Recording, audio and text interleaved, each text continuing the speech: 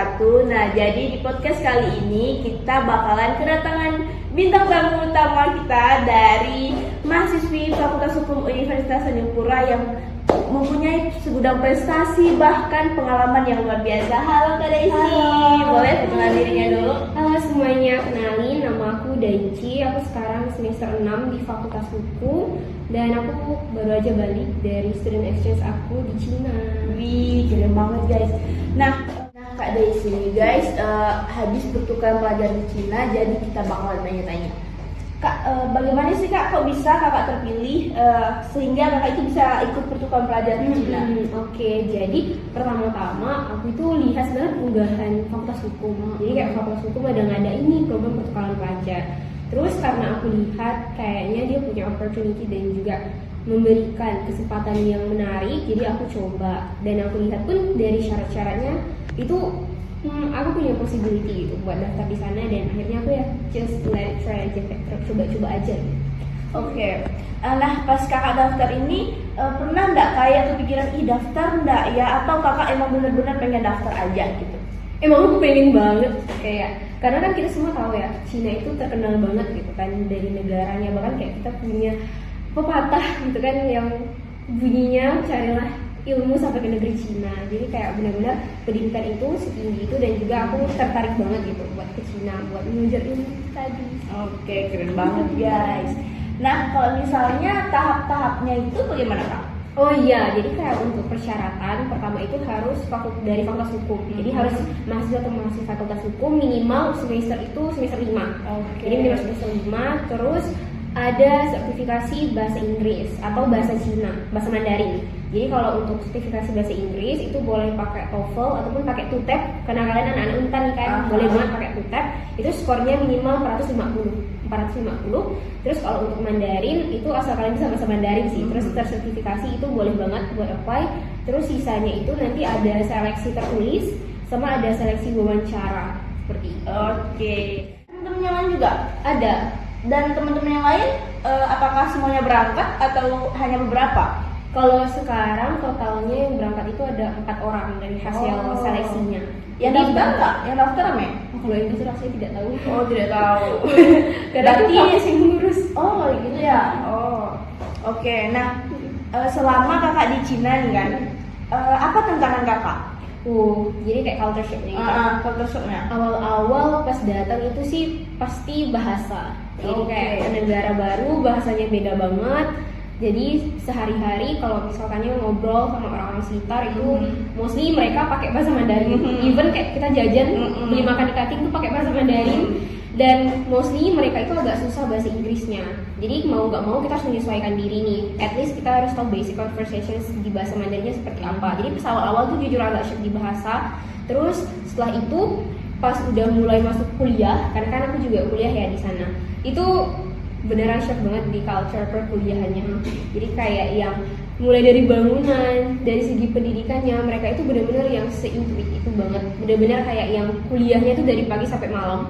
Jadi kalau kayak yang kita tahu, paling kalau di kita kan ada anak pagi, anak malam. Iya benar. Terus anak pagi itu paling sore jam 4, ya kan? Nah kalau mereka setiap hari itu dari jam 7 pagi sampai paling malam itu jam 11. Oh lama banget ya. Dan mereka setiap hari itu sampai malam kuliahnya. Oke. Dan setelah mereka kuliah pun belajar mandiri di perpustakaan. Jadi pas aku datang ke perpustakaannya itu penuh, bayangin dengan anak-anak yang belajar. Mereka belajar semua itu 10 lantai, bangunan itu full sama mereka belajar. Berarti emang aktivitasnya padat banget. Terus Kakak sempat ada kepinginan nggak? Iya aku kayaknya mau nyerah deh atau gimana? Atau aku mau tetap sini gitu atau gimana? Tapi justru sebenarnya di awal-awal agak kaget kan, kayak gila ya ambis-ambis banget gitu anak-anak di sini kayak yang sekeras itu gitu belajarnya. Tapi kalau aku sendiri sih ya itu malah jadi motivasi sih bagi aku. Kayak pas melihat ternyata di Cina ini pendidikan mereka tuh dianggap sepenting itu. Dan mereka beneran mencari pendidikan dan belajar itu benar seambis itu demi masa depan mereka, dan itu malah jadi motivasi sih buat aku. Pas aku sampai melihat ternyata semangat belajarnya anak Cina nih semubara ini, jadinya pas di sana aku malah ketularan sebenarnya. Semangatnya. Apalagi kayak aku juga punya teman-teman anak Cina. Nah jadi kadang aku juga hangout sama mereka, jadi kayak ada kayak influence juga untuk semakin semangat untuk belajar. Jadi pendidikan itu sepenting itu guys. Nah kalau misalnya sana itu Kak, kan ibaratnya kan ada tempat untuk tinggal gitu kan. Iya. Nah itu gimana Kak? Apakah kayak asrama kayak atau gimana gitu? Oh iya, jadi itu juga, jadi beda banget kalau misalkannya kita kan di sini masih tinggal di rumah ya meskipun kuliah. Nah kalau mereka itu mostly itu 99% mereka tinggalnya itu di dorm. Jadi sekolahnya, kampusnya itu udah nyediain asrama di sana, di dormnya. Jadi nanti mereka tuh tinggalnya di dorm, di asrama. Itu. Aku juga pas di sana juga di asrama. Seperti itu. Dan mungkin aku bisa sharing sedikit gitu ya. Jadi kalau tentang asrama, untuk asrama anak-anak lokal sama asrama anak internasional itu beda. Itu beda banget. Jadi kalau misalkan ini kalian sebagai anak international students mau datang, kalian bakal merasakan hal yang sangat spesial karena perbedaannya adalah kalau di anak-anak lokal mereka itu di satu kamar itu bisa dibagi 6 orang. Sedangkan kalau yang internasional kita satu kamar cuma berdua aja. Jadi literally kayak yang sebeda itu. Dan juga kalau kalian sebagai international students kalian tuh bakal dapat perlakuan yang jauh lebih spesial dan diutamakan gitu sama kampusnya. Berarti ini bukan hanya kampus Untan Kak ya? Berarti ada di luar. Apa di luar kampus Untan yang ikut itu? Oh, kalau ada. Itu kampus mana aja Pak? Kalau yang kemarin yang aku ketemu itu ada juga dari BINUS.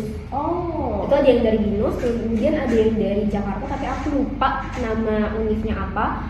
Terus ada juga dari Untan tapi dia dari jurusan lain. Itu ada yang dari FKIP, dari jurusan Mandarin. Itu dia sama exchange juga. Berarti nggak, kalau misalnya di Untan ya berarti nggak cuma fakultas hukum berarti ya? Ya sebenarnya iya. Oke. Nah, selama di Cina sana, apakah ada nggak sih pengalaman kakak dapatkan gitu? Banyak banget, kayak dari satu semester itu exchange-nya tuh banyak banget sih pengalamannya. Ini mau pengalaman yang mana dulu nih? Yang menyenangkan dulu deh. Yang menyenangkan pertama, meskipun kayak orang-orang itu keterbatasan bahasa yang tadi kan, tapi mereka tuh sejauh itu gitu buat bantuin orang, sebaik itu, kayak seramah itu. Kayak pas aku sampai di sana kan orang-orang kan pada bilang kayak orang Indonesia itu terkenal ramah kan. Tapi pas aku sampai di sana aku rasanya kayak aku yang kurang ramah kan. Karena mereka seramah itu kayak yang terutama nih kalau misalnya kita ketemu terus kita minta tolong, mereka tuh beneran yang sampai setotalitas itu nolonginnya. Even tuh kayak mereka nggak bisa nih speaknya, nggak tahu nih ngomong bahasa Inggrisnya gimana, mereka rela-rela bukain Google Translate. Iya, misalkannya kita kesesat nih, mereka rela nih ngantarin gitu sampai ya udah kita temenin gitu, bantuin. Apalagi kan mereka punya aplikasi khusus nih, jadi untuk bayar beli barang segala macam itu nggak bisa banget kita pakai aplikasi biasa. Untuk bayar pakai bank internasional itu aja susah banget. Jadi kadang pas awal-awal kan aku belum bisa tuh, nah itu dibantuin sama anak-anak Cina buat beli segala perlengkapan untuk asrama. Kemudian kayak untuk transportasi awal-awal di sana itu juga aku dibayarin dulu gitu, kayak sebab membantu itu gitu. Ya itu. Nah mungkin kalau misalnya pengalaman bisa dibilang kayak agak chaosnya lah, apakah pernah nih mau ke pasar terus kesesat atau gimana? Sering, maksudnya kayak banyak banget sih sebenarnya kayak gitu, kayak yang shock kecilnya ataupun kayak ya pengalaman lucu sih sebenarnya jatuhnya gitu. Kayak kadang pas sesat ataupun kadang kayak diajak ngobrol, mereka nanyanya apa kita jawabnya apa, nggak nyambung. Ataupun kayak pas kadang kita pergi gitu jalan belanja sesuatu kayak gitu, terus aplikasi nggak bisa dipakai, itu sering banget. Jadi karena tuh mereka tuh pakai WeChat, jadi untuk pembayar tuh mereka pakai WeChat sama Alipay. Nah masalahnya kalau misalkan kita daftar pakai nomor internasional atau pakai bank internasional itu sering banget trouble. Jadi kadang kayak aduh ini udah dikasih barangnya terus bayarnya nggak bisa, gimana nih gitu kan. Nah kadang seringnya tuh di situ pas pembayarannya itu. Tapi untungnya ya karena mereka baik banget, untung banget dibantuin segitunya. Dan di sana itu mereka nggak pakai case, jadi mereka tuh udah pakai aplikasi semua. Nah tapi meskipun gitu karena kadang kan aku terkendala gitu di aplikasi, mereka mau aja gitu terima cash, mau gitu dibantuin. Oke. Nah apa aja sih Kak perbedaan mata kuliah yang dari kita di sini sama yang di Cina? Oke, jadi kalau untuk bahas tentang mata kuliah, sebenarnya yang aku pelajari di sana itu lebih ke hukum Cinanya sama hukum internasional. Nah, malah daripada perbedaan, aku malah lihat banyak banget persamaan. Jadi ternyata, ya hukum Cina sama hukum Indo tuh mirip sebenarnya. Jadi kayak yang selama ini orang-orang tahu kan, misalnya di sini tuh kayaknya nggak boleh punya agama ya, iya kan? Tapi ternyata tuh enggak. Jadi sama sebenarnya. Jadi kayak mereka tuh masih kebebasan untuk setiap masyarakatnya itu untuk memeluk agama. Tapi bedanya adalah kalau di mereka itu nggak boleh dipaksa. Oke. Jadi orang nggak boleh nih memaksakan agama satu ke agama lain, itu nggak boleh. Jadi benar-benar murni pilihan sendiri. Terus juga kalau dari hukum sipil itu mirip banget. Apa ya yang bisa aku contohkan mirip banget. Jadi contoh dari hukum keluarga. Di sana mereka juga prosedurnya tuh mirip banget sama di sini. Cuma bedanya mereka nggak ada pertimbangan dari segi agama. Kayak gitu. Jadi sama pernikahannya pasangan cuma boleh satu, kemudian harus dicatatkan, kemudian dari segi kontra-kontra itu harus tertulis. Pokoknya kayak malah daripada perbedaan aku menemukan banyak banget kesamaan. Kayak gitu. Jadi kalau misalnya selain aktivitas kakak belajar di Cina itu aktivitas apa aja lagi? Oh iya, jadi selain aku kuliah di dalam kelas, mereka tuh juga ngadain kegiatan kayak study tour.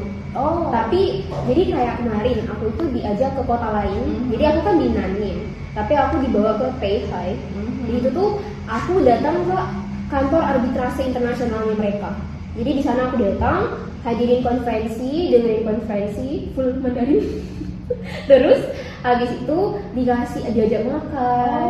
Terus setelah itu pun kita pergi lagi itu study tournya ke tempat arbitrase tapi yang di Nanning, sama ke tempat kejaksaan mereka, kejaksaan tinggi. Jadi aku bukan cuma belajar di kelas aja, tapi aku juga dibawain kalau ke kantor-kantor hukumnya seperti apa, diajak diskusi bahkan langsung sama praktisi-praktisi hukum di sana. Jadi aku juga bukan cuma belajar di kelas, tapi aku langsung dibawain, ditunjukin langsung pengadilan kalau di Cina itu seperti apa, terus kalau konferensi hukum di Cina itu seperti apa.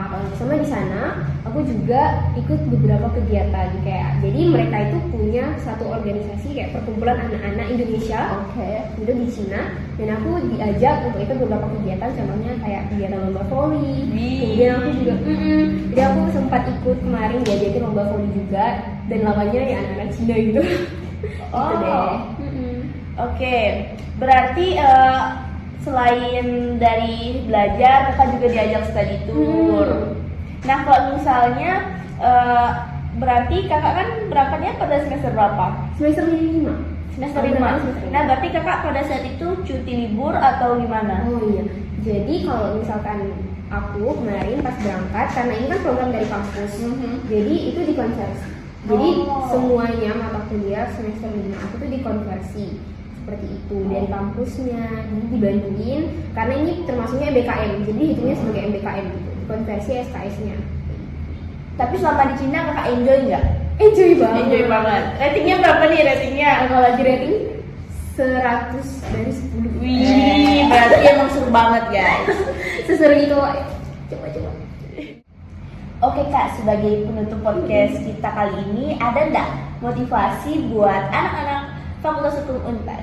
Oke, jadi kalau dari aku cuma mau bilang bahwa there's a version of yourself that you can only meet by leaving your comfort zone. Jadi jangan takut untuk keluar dari zona nyaman, nggak apa-apa, coba aja keluar dari zona nyaman kamu, dari tempat yang biasa kamu datangi, cobalah hal-hal yang baru, karena believe me, you will turn out and you will find your another personality in there. Nah guys, jadi jangan takut buat keluar dari zona nyaman, coba hal-hal baru selagi positif, oke? Oke. Terima kasih Kak Daisy udah hadir.